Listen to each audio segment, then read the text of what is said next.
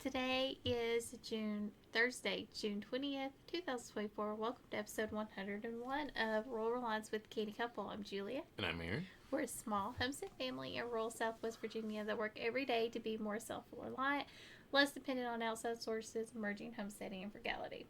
Yes. And today is a how we manage the homestead in early summer. Really a homestead update for right now. I mean, you can think of it that way. Just we're trying to go through and tell you how we're managing everything that we have going on at the moment from a homestead perspective. Absolutely, and life. Because Yes. life is in there too. Yes, that's true. So I would say this is probably the second busiest time of our year. Yes, the first busiest is like August to September range. Apples, peaches, pears, those are things I can't put in the freezer. Yeah, they've got to be They gotta be processed now. done and canned. They gotta be Right, that time. processed then. And tomatoes sometimes. Well, no tomatoes I put in the freezer. Well, that's true. We can do that. Because I can lay those out, let them ripen. Because we pick tomatoes our first sign of color, unless there's a frost, and we pull everything off the vines and let them all ripen in the house. And what I will do is it makes it a bit more manageable for me, and I'll watch them every single day, maybe twice a day, go through and pull out the ones that are ripening, throw them in a bag, and put it in the freezer. And that works really well for us. It worked really well the past few years. It did. Now, apples, peaches, pears, anything like that, I don't have that luxury. So that's what makes fall a bit of A beast. a beast. Into Yes. summer, early fall becomes a beast for me. I am in the kitchen because I need at least 60 jars of apples this year. Yeah. And that's just me. Aaron has to pick them. He has to pick them. I'm like worthless when it comes to picking apples. I'm not like the best helper there.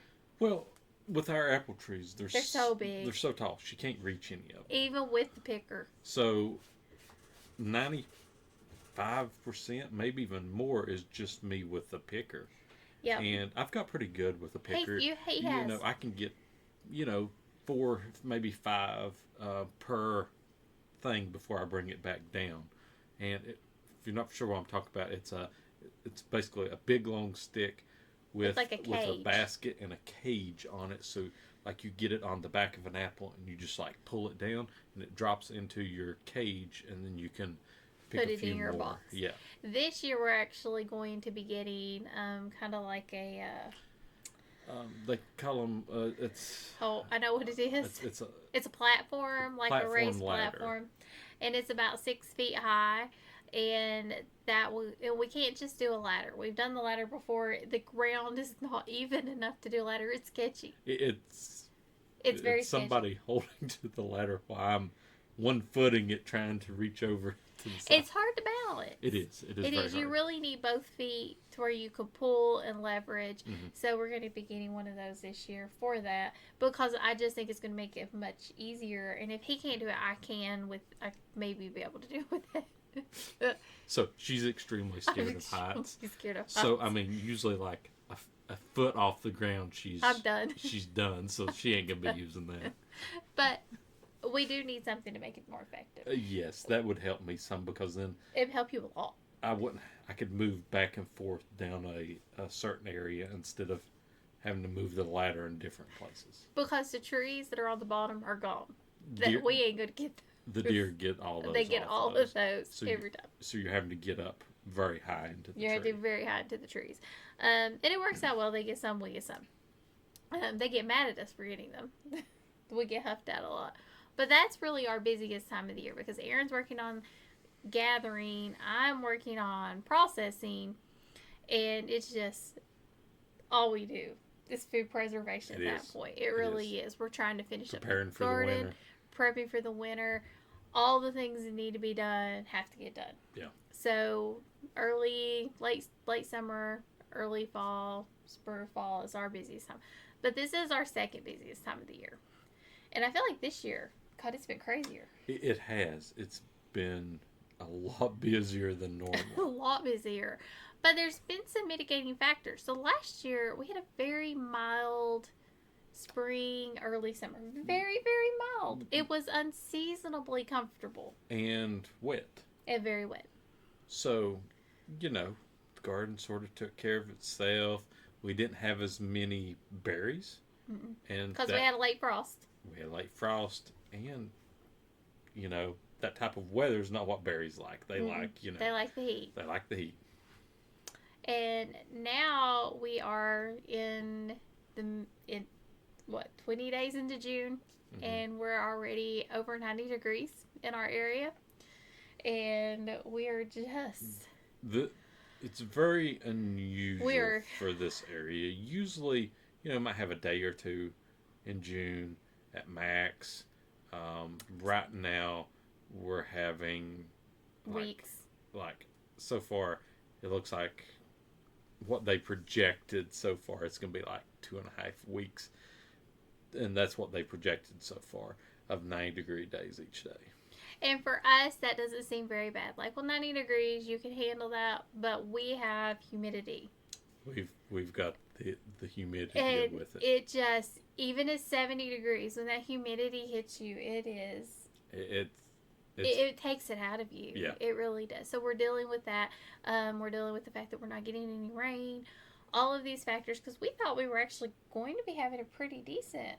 We did, and then all of a sudden, we changed. went from 70-degree days to 90-degree days. So let's talk about what we're having to deal with right now. So berries and lots of berries. So this is Aaron's so excited. Well, I mean, I don't know about excited anymore. I'm getting a little tired. You just got started. I know. So, so we're picking daily. We've been picking daily since before Memorial Day. We didn't say what day it was because we didn't remember exactly. We just remember it's been ongoing since before Memorial Day. And we're picking blueberries, picking black raspberries, Logans, boysenberries, Jostas and gooseberries. Jostas and goose. Our currants haven't really done very much. Yeah, we won't probably have any more from them this year. And then, a couple of other different things like pink lemonades, if you've seen that video. Some of those type of things is what we've got right now, but that's just the start. This is where we typically start our berry season. Where we end is with the blackberries. Well, not really. What else do we have? We have more blueberries come after that. But do we have enough that we would account for everyday picking? Probably not everyday picking. Not at the moment. It'd probably be every other day or every third day at that point. But it's set up. So we have a long picking season for berries and other fruit crops. We did this on purpose. We didn't actually think about the blackberries and the Logans and all of that coming in the way they did in the Gomies. Like, we didn't really think of it, but it kind of fell that way naturally, that we would have the Gomies come in and the honeyberries, and then the blueberries, the boysens, the Logans, and then they would come through, and then we have one of our plum graftings. It has already produced out, and we still have so many more to go. But we've pulled all of those off, and then we have our apricots coming through. But we do it on purpose. That way we're not having to spend 3 hours a day picking. Yep. We're spending an hour a day picking. Or yeah. More. Hour and a half right now is what we're spending a day picking. When we were picking a gallon of blueberries a day, it was an hour and a half. Right. We're probably down to an hour now. Down to an hour. Yeah. Because of all the different places we have to go. I mean, we've got kind of a loop around the property, but it's still a lot to handle. Still a lot. We did this, though, from two perspectives. One, so like you said, so it wouldn't kill us right now, 3 hours a day. With everything else we have going on, wouldn't be... we could do it, but it wouldn't be sustainable. Yeah. With just us two. Now, what we do is, have it go in a period so we have constant food production, at the same time. So that way, we know we have food coming in just through these months. And these are all perennials, so they're going to keep coming Yep. back. Now, that's one part of our blueberry and other berry crops. Now, there's another part to this we have to deal with. For us in our area, this is the time when the new canes start growing. So the new canes are coming on, they're growing, the vines are starting to really pick up, everything's really starting to take off, and you're starting to see a lot of new growth. So we actually have to manage that new growth and keep it contained. Last year we did an awful job of this. We weren't able to. We last weren't year. able to. We didn't have the I didn't have the bandwidth because this is really my job. Aaron's not allowed to do this. I'm not a good. I'll be like, oh, look here, I cleared out a path. And it's like this big Yeah, because there's one, like, I will just scalp it. Like, this is my room, and he's just not allowed in there when I'm working. And it works well for us. But because of that, it just takes more time. Now, if you could stay on top of it, a couple of minutes, maybe 30 minutes a week or 2 weeks, depending on how fast everything's growing. I will say right now, I probably have about 30 to 45 minutes of work to do up in there. Because it's grown quite a bit. It's grown quite a bit since you've tied it up. And it's our raspberries, our blackberries that just have went gangbuster nuts. Like we can't contain these things. But we're gonna have a massive crop. We're gonna have a massive crop, a much better crop than we had last year. Yes, and I don't know how many gallons. Like from the looks of it, I would say probably the 10-gallon range. I was gonna say 5. I always go less. So I always go more. She always goes less. So it's probably like 7. Yeah, I always go less when it comes to that. I will say we've gotten 10 gallons of blueberries, and that's not including the ones you've eaten. That's what I was gonna say. So she's been putting a couple handfuls on every lunch plate. Couple. Yeah. So I mean, we would probably have. I mean, if we looked at that stuff, I would bet we'd be close to 11. Probably close to 11. And we still have probably another gallon to pick off. That one hasn't came through yet. It's a later blooming one. It is still not turning pink yet. And your pink lemonades. Those pink lemonades are loaded. They do take a little longer. The trouble with the pinks, though, you can't pick them early. Well, they turn this weird color, and until you get to that really dark pink, you can't pick them. So you might get a couple here, a couple there. You know, it's not like they come in all together. No, they're very slow, and then all of a sudden they pop out. Yeah.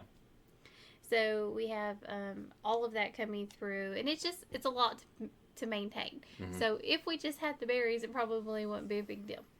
But then we have the weather. And this is probably, we hate playing the weather game. We do. So, for example, last year, we were able to make it to July the 1st before we turned on any type of air conditioning. Yep. Not this year.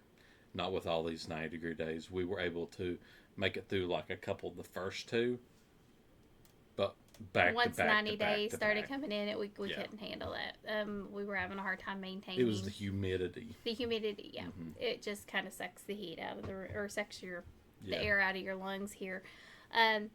But for our garden and the homestead, we have a lot of raised beds. So they need watering. They have to have watering. Yeah. Now, we push watering to the limit. Yeah. And this is something most gardeners and homesteaders do not do. Mm-hmm. They do not. They're like, no, you got to water every single day, or you got to water twice a day. Like, I see this all the time, and I'm just like, oh my word, can't even imagine how much time and effort you're putting into this. And I know a lot of people use drip irrigation and things of that nature. That is not for us. It's just the way we have our garden set up. It wouldn't matter. We've got garden sections everywhere. Right. See, I mean, we've had a sprinkler system thing in before. We might have to hook that back up if this keeps continuing. Yeah. Type of thing. But we're having to water more right now because with these 90-degree days, we're not having those afternoon thunderstorms. Mm-mm. We're having pure heat with no rain. And we had to put the sunshade up. Which last year we did. We did not. We didn't even have to put the sunshade up last year from how much rain we were getting and the cooler temperatures we were having. And we're actually thinking we're going to put another sunshade where our tomatoes are, because this one doesn't quite reach as well as I'd like it to. It is helping. I can tell there's a difference. Right. I can see a difference. It's looking a lot better than it did, but it's not looking as good as I know they can if we could get some sun off of them. So I've got enough. It's not a big space, so we can get 2 or 3 sunshades that are next to nothing. Prop them up there, and they would hook between the 2 fences, and that would work perfect. Yeah. So we're gonna measure that after this. After this, we're gonna get that to get that ordered. We heavily rely on sunshade. We do. This is something you do not see a lot of homesteaders and gardeners talk about. And I think it's because it's more considered something like in Arizona. You see a lot of... That's where we found it. It was looking for ways to cool down our greenhouse. And I was like, well, can't we put one in the garden? Right. And you know, if you see a lot of people's gardens, though, they are not out in the middle of anywhere. They have some sort of shade around them or something as well. We had no shade in this section where the garden was. I mean, we've planted some trees around it, but they don't provide enough shade yet. You know, they provide enough for you to sit underneath them and get a little bit of cool air, which is nice. But the sunshade makes it bearable to actually work in that garden. It does. It does. It helps so much. So we use a few different percentages. In the garden, we use between 30 and 40. Right. We've used some heavier ones on other areas of the property for other things. So, you know. And they work wonderful. Those 80, like once we had this, it's right across from our garden. We put a couple of 80s up, and man, it completely changed how that area functioned. It was so much better. So, I mean, they make different types. I will say it's usually either cheaper to find like the 20-30 or the 80. The in-between is where it gets more expensive. It does. And for where we just need a little bit of the sun taken off. You don't want to take off all the sun off your garden. You don't want to do that. But when the sun is just so hot, and that's all your plants are getting, and like you'll see everything say 6 to 8 hours of sunshine. Well, these aren't getting 6 to 8 hours. They're getting from 6 o'clock to 9 o'clock. Yeah. Or 10 o'clock. All they're getting is sunshine. And it's just this heat, the humidity, it's killing our plants. So I could tell you, since we put it up, our winter squash have went gangbusters. They have doubled in size since we put that up. And we did that. Was that last Saturday? It was Saturday. Okay. So under a week, they've doubled in size because of that. And the other thing we're having to do is we're having to water. This is not something we like to do, but where we have all these raised, but again, we push it as far as we can. Right. And the ones we're watering the most heavily right now are buckets. Everything else. If you saw the buckets we were putting, we did that on video, didn't we? I don't know if we did or didn't. I can't remember. We will have to go back and look. Right. Well, so we have buckets around where we put tomatoes and peppers in. We did have the one where we had the fail, and we talked about it. Okay. So, so those right there, the buckets are getting really hot, so they're needing watering daily. So our area is called They're calling it a flash drought potential. So it's basically... Temperatures have changed so drastically with no rain that they're projecting that we could go into drought status just because of how quickly it happens and the way it happens. So we went, like I said, from those 70-degree days and rain to weeks with 90-degree days and no rain. Yeah, everybody was getting rain around us, and we didn't get anything. So it was just one of those things we struggled with. But it's adding to our workload. So in the evenings, not only are we picking, now we're also watering. It's just adding to our evening load. But this isn't something we can do during the day. Right, and you wouldn't want to water during the middle of the day.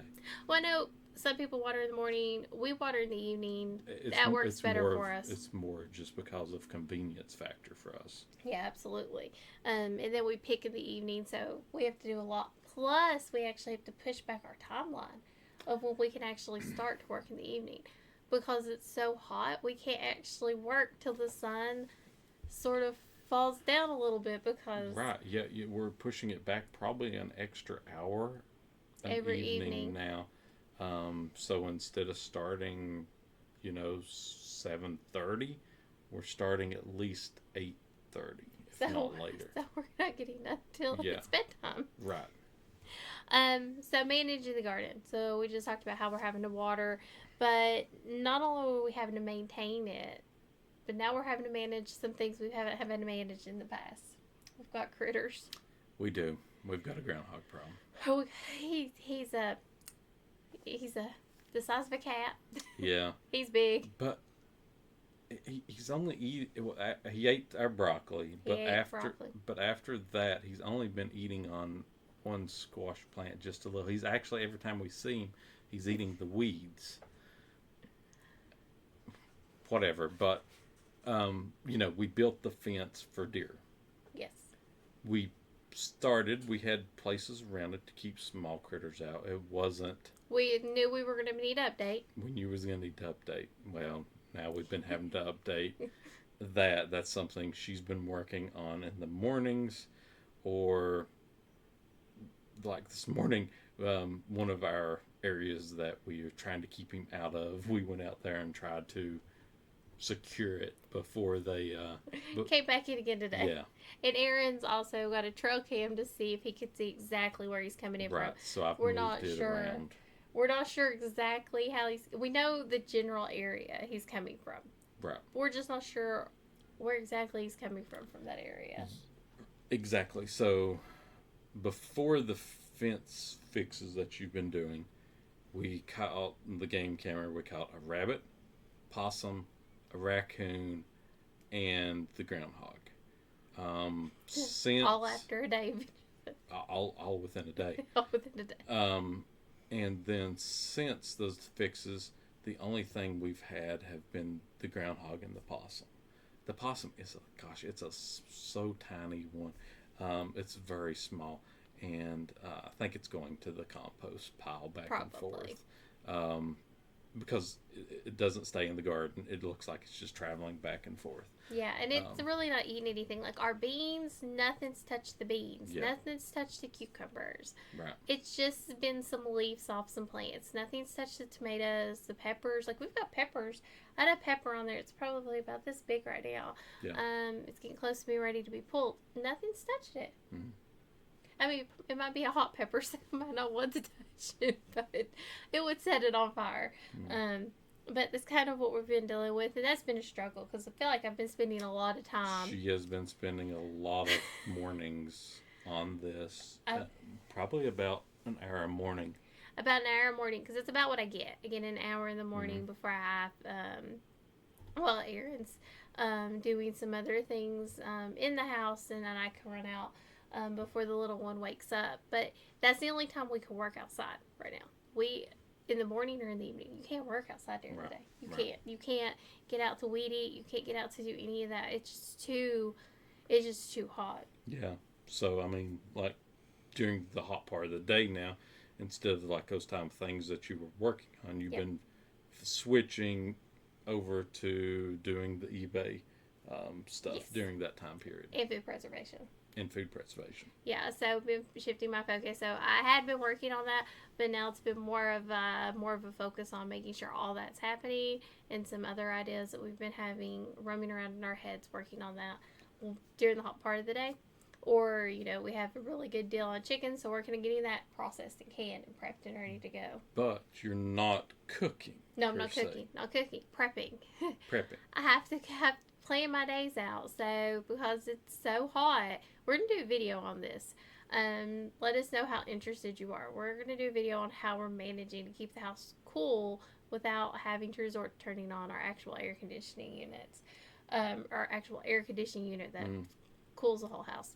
We use a couple of other methods. Yep. That have worked before. And one of them is managing cooking times. That is a huge one. You would not believe how much this helps. Even my Instapot today, I realized how much heat it gave off because I just put some chicken in it, and it didn't make it super hot. It could have made it a lot worse, but I could tell it was much warmer. But I'm having to do it early. I'm having to get up really early to cook dinner if I need to use the oven or the top of the stove, anything like that. But I can say I didn't notice any heat coming off the electric pressure cooker. The canner. Yeah. It was a little bit at first, but I put it in so early that where we had that fan going in there, it mitigated. So that's why we put that fan on at night. It helps mitigate that actual heat. Gotcha. The other things we've been doing has been our outdoor projects. So right now, outdoor projects are kind of on hold. They are. We've been figuring out what we need to do. So this is more of like a planning season for us. Like, let's start getting things together that we know we need to do, what our plans are for the next couple of months, whenever it gets cooler and we can actually work outside during the day. Because right now we know it's just not the time to work outside. No, we're not going to have, I mean, if we did do it, we would have to take some extra precautions, more breaks. It doesn't really fit in that timetable well for us, so she's concentrating on other things, Right. And again, working on figuring everything out, because we can get a lot of other stuff pushed forward, and then whenever it comes time we can work on those projects, they can be more of our focus, and we're not worried about all these other items that we have on our schedule. And right now, main thing is getting food production up and preservation. Whether it's freezing, whatever we need to do, we've really been working on that kind of heavy. Yeah. And like we was talking about cooking there before, we used the sun oven the other day to not heat the house up to make hot dogs. Yep. They worked out really well. They did. And I also started pre-cooking bacon. So I had some bacon. That's true. So I used the sun oven to actually pre-cook it, and then I was able to get it in the skillet and get it crispy. Yeah. That worked out really well. It did. That worked out really well. Like, it was already cooked. All I needed to do was crisp in the skillet, and it worked out. You couldn't even tell. No. And, I mean, it's just doing little things like that really help. And it just helps make my life a little bit easier because, I have to go out and check the sun oven and make sure it moves. But where we cut those trees down, we have more sun now. We get way more sun where it is, and I can put it on a table and just follow the sun there, and I don't have to move it anywhere. She likes which was so nice. It was so nice, just to be able to shift it around a little bit, because before it was I would have to actually carry it somewhere else on the property. There was no way I would have been able to stand there. Now, there comes a caveat. Whenever it comes time for me to process taters, it's going to be hot.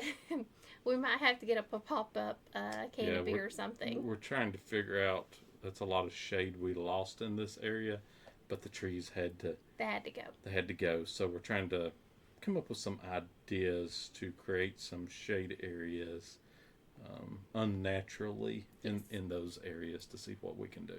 But because it's just, you need it. You need it around here. You really do. If you have a little bit of shade and you get a breeze around here, you're going to feel like 100 times better. Right. So, with our homestead right now, what do you think is probably the thing we're doing the best? Keeping up with the picking this year.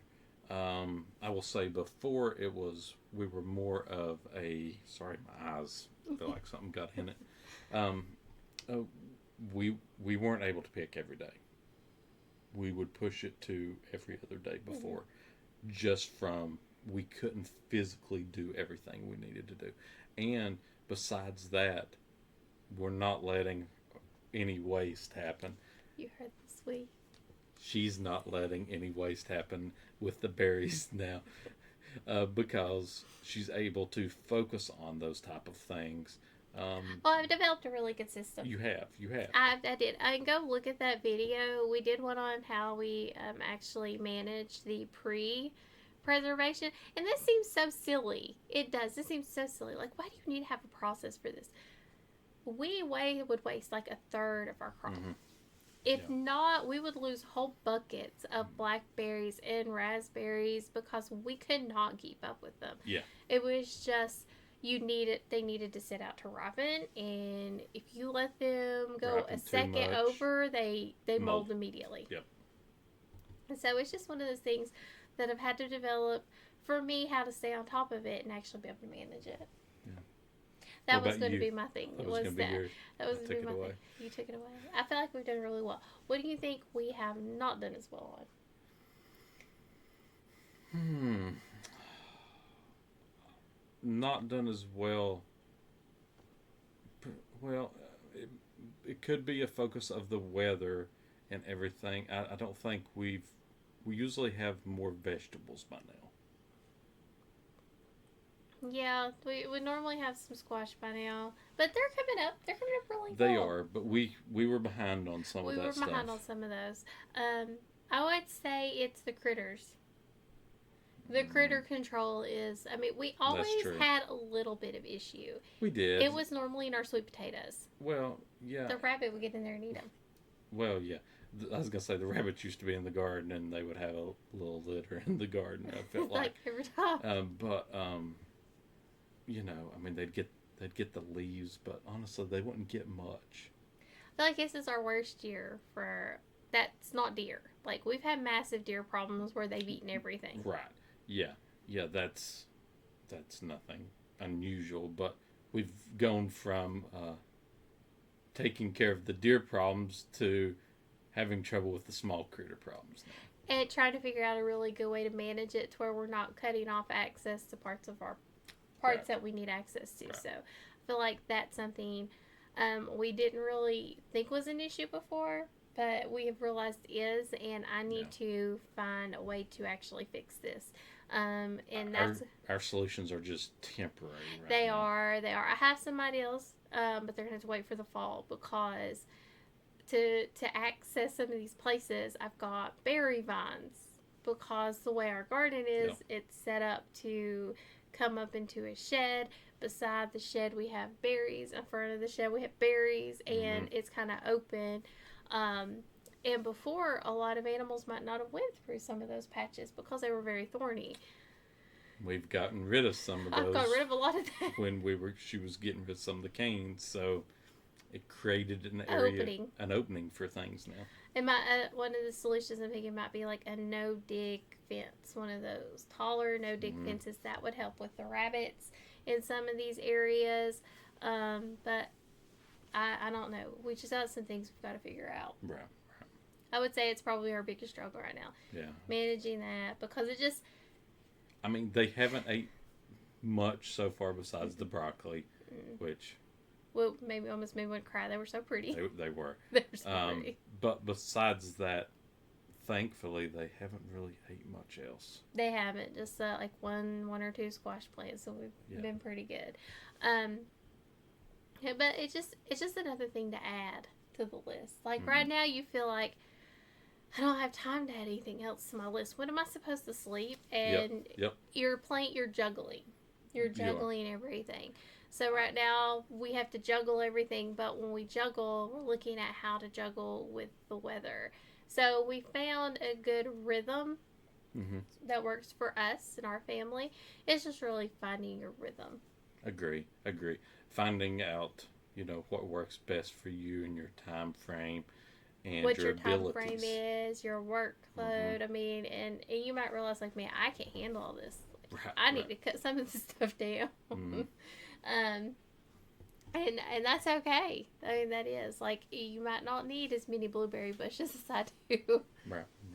Because I have a blueberry eating machine. That's the truth. I don't like them, but he loves them. It's what one. That's how I want them. It was. Second date. You start making me blueberry things right off the bat. I'm just like, this deal. Girl's it. Deal. Well, if you got any comments, questions, anything you want to hear in a future episode, you can either leave it down below on whichever platform you're watching this on, or you can send it to thecannycouple@yahoo.com. And make sure to go over and check out our link tree down below here, which has links to all of our other content. And as always, thank you for joining us on Rural Reliance with Canny Couple, where we work hard, live simple, and enjoy life. Have a wonderful day.